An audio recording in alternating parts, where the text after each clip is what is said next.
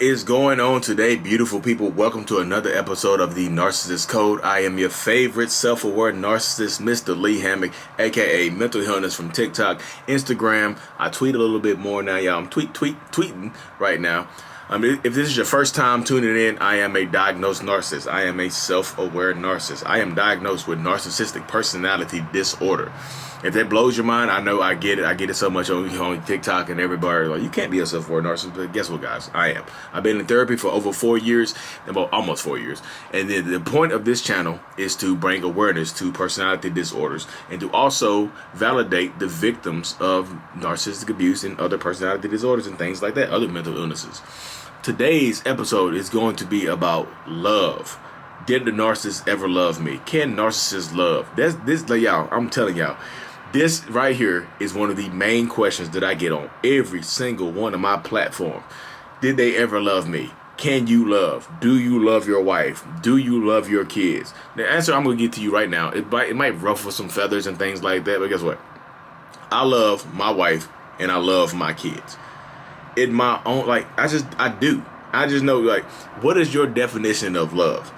Because everybody's definition seems to be ever changing. I ask this on TikTok all the time when I'm responding to people with this question. Like, what does love mean to you? And everybody's definition is different. People quote the Bible. People come like, hey, it's unconditional, this, that. I'm just like, look, y'all. Simon Sinek gave to me what I think is the best definition of what I think love is, point blank, period. He said it was some people in his crowd, a husband and wife. He asked the wife, he said, why do you love your husband? She said, oh, he's funny, he makes me laugh, he does this, he just gets me, he understands me, this, that, he's cute, whatever. And Simon Sinek said, okay, I can do all of that. Do you love me? She said, no. He said, then it's not, then what is love then? And she stood there, she got silent. And he was like, love is a chemical reaction in your brain that makes you feel differently, more strongly for somebody else than you do. It's a connection. And that made sense to me. That was the most logical definition of a love I've ever heard. And that's the left definition of love that I believe. If you ask the question, did they ever love me? How did they treat you? Because I feel like actions mean more than words. One of the main things that sucks people back into a narcissistic relationship is somebody saying, I love you, really, really quick. Or I love you after they break up and treat you terribly. I only did it because I love you. And because that word love has so much power, but there's no actions behind it to back up what they are saying to you. There's a lot of people fall for this so easily. I had a one-on-one today with a woman, and the dude was pretty much like, this dude has been stalking her. This dude is literally made secret keys to her house so he can come by her house anytime. They don't live together. They've only been together under a year. They don't live together or anything. She doesn't have a key to his house. He took it upon himself to steal her keys, make copies of her keys so he can pop up at her house and get into her house at any time. But guess what? He told her he only did it because he loved her and he wanted to protect her. Hey, just in case you need me to do anything, I already have a key or several. That's not love. Is that love? That doesn't sound like love to me. That sounds like ownership. How are they treating you? What actions are behind their words? That means more to me than the words. You don't have to ever tell me you love me. And how you treat me, I can tell if you love me or not. If you're treating me terribly, this person does not love me. If you're treating me like if you're treating me like a subhuman, this person does not love me. If you're treating me like I matter, you value me, if you're doing stuff for me that you don't have to do without asking for anything in return, I think that person loves me. If there's no malicious intent behind your actions, you might love me. That type of stuff right there. What are their actions telling you? Do the narcissists love their kids? I love my kids. I've been in therapy for 3.5 years. And therapy has not taught me how to love my kids. It taught me how to rationalize with my kids and empathize with my kids more. To get on their level. To feel how they feel and things like that. And to practice more empathy and to get connected to my kids more than I've ever been in my life. Therapy has helped save my life. It helped save my relationship with my kids and my wife and my family members and overall in general. That's why I recommend the therapy to everybody. Can the narcissist heal without therapy? Nope. I don't think so. What if they say they want to change and won't help or whatever, but they just don't want to go to therapy? Then they don't want to change and then they don't want help. Point blank, period. Tell them to call me. Tell them to ask me on TikTok or whatever. You know what I mean? Tell them to hit me up. I'll tell them straight to their face because I don't care, because I know without therapy, I wouldn't be where I am right now. I just wouldn't. I can do all the research I wanted to do on narcissistic personality disorder. I could be in all the narcissistic personality disorder groups and things like that. The groups help me out, y'all. I owe those Facebook groups more than I owe anything, because those groups have helped me out and helped me regulate myself and helped me get to the point I am now. The groups are the reason I went to therapy. You know, those groups saved my life. And I could have if I did just those groups, I still wouldn't be in the position I am now, because those groups, along with therapy, taught me how to be a better person. Those groups by themselves probably taught me how to be a better manipulator, a better narcissist, as opposed to being a better human being plus narcissist, because you can't get rid of it. You know what I mean? How are they treating you? And when people get to the end of the relationship, I think this is the hardest part, because they see they see like all the blanket statements about narcissists.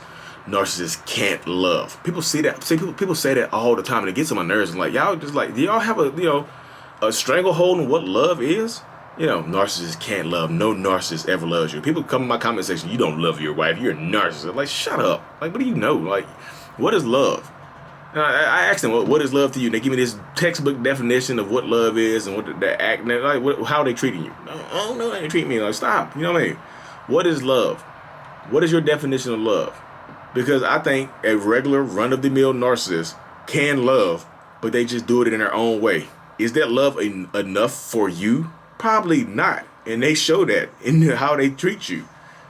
And like the narcissists, when I do my one-on-ones, I've talked to several narcissists. I've talked to several, more than 10. More than 10 people have reached out to me doing my one-on-ones and talked to me thinking that they are narcissists. Some women, mostly men, but some women as well. And they always tell me, I was like, how did you feel in the love bombing phase? Like, I felt like this person was everything to me. I felt like I love this person. I would do anything for this person. That's why I was doing everything for this person.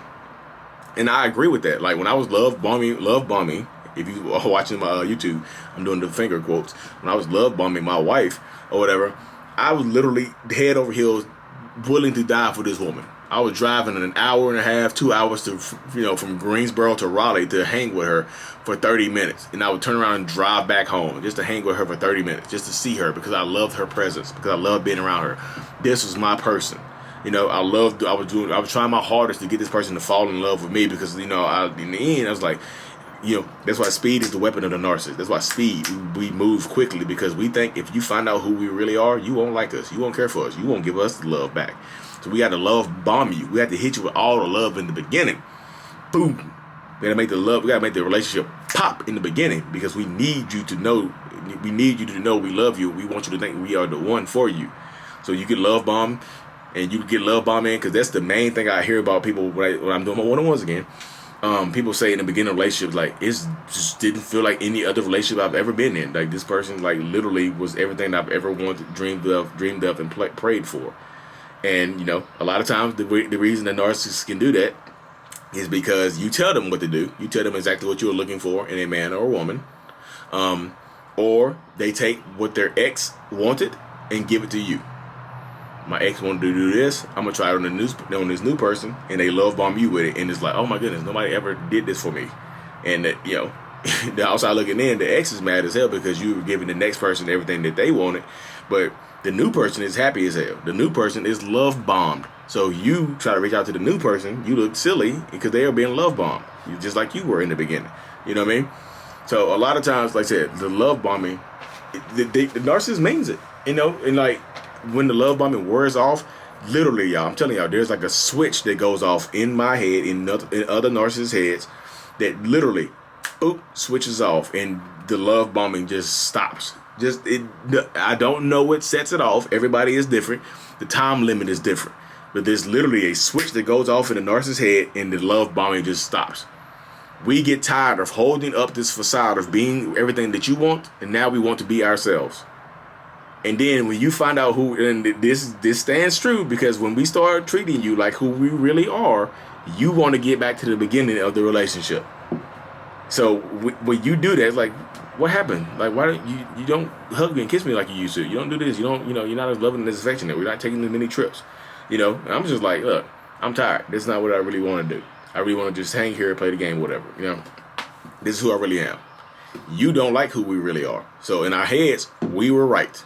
Like, we were right all along. This person does not appreciate me for who I really am. They only appreciate me for what I can do for them.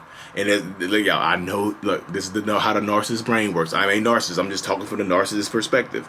You know, you're like, this person really does not care about what I think, what I do, or whatever. They just love me for what I did for them.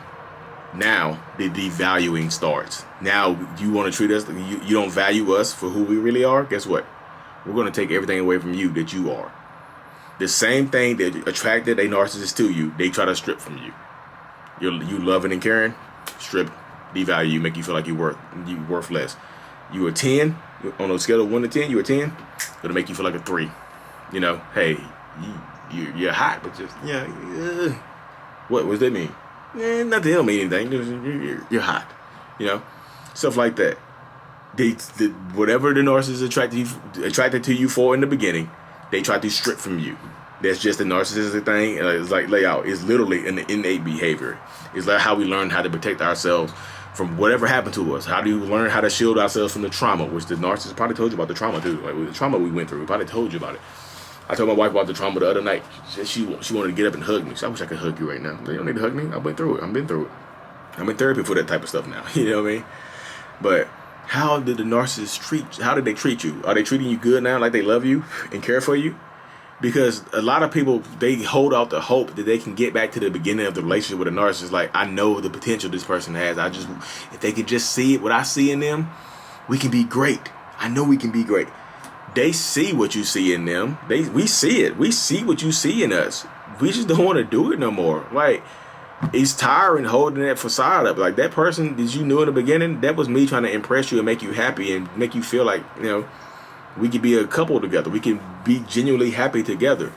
But when I decided to get comfortable and become myself more, you didn't like that. You want to get back to the beginning, so you immediately get punished for that. And like I said, that's just a wheel. That's like the narcissistic pattern right there. Love bombing, devaluing, discard. And we get to the point where you get to the point where like it's just too much, or you outgrow us. We feel like you're gonna leave us, you're gonna discard us, you're gonna cheat on us, or whatever. The narcissist will discard you for somebody else and use the same stuff that they used to love bomb you in the beginning to love bomb the next person. So it's just like, you know, it's just a vicious cycle of love bombing and love, because the narcissist feel like we need to be loved more, and we feel like the love is not reciprocated because you're trying to get back to the beginning. We take away the love, start to take away all the love, and start to give you little bits and pieces of it, just so you know we can do it. You know we can do it. You know we got the possibility of doing that. We just take it away from you, and now that little bit of love we give you feels like so much more because you haven't been receiving any lately. So a little bit is happy. Hey, you look good today. Oh my God! Just saying that simple sentence can set you off and make you so happy. He hasn't gave me a hug or a kiss in 3 weeks. He just told me I look good, so yay, he's back. Nope, just a little bit, just a little dabble, because when that person gets home, you're gonna feel the wrath of that, you know. So how are they treating you? Do they love? Is are their actions telling you that they love you? Now, what about the kids? How are they treating the kids? Are their actions with the kids telling you that they love their kids and they adore their kids and they would do anything for their kids? Because I would do anything for my kids, you know. I love my kids. I'm trying my hardest to give my kids the future and the love and care and affection that I didn't have, because I don't want my kids to turn out like me. One of my main goals in my life is to avoid my sons treating women and men and people around them like I've treated people. You know, one of the main goals is to help my daughter avoid somebody like me. I keep teaching her the signs. You know what I mean? So that's why I think people, and it has literally amped up here lately because I have a daughter and I know how people are. So I'm just like, I want my daughter to avoid people like me at all costs. You know, they say avoid people like the old me, because I get a lot of people online. It's like your daughter the women end up being attracted to people like their fathers, and I was like, well, damn, my daughter got a narcissist father. You know what I mean? I'm just like, dang it, what do I do? My therapist said, look, you got to become somebody that you can be happy she's with.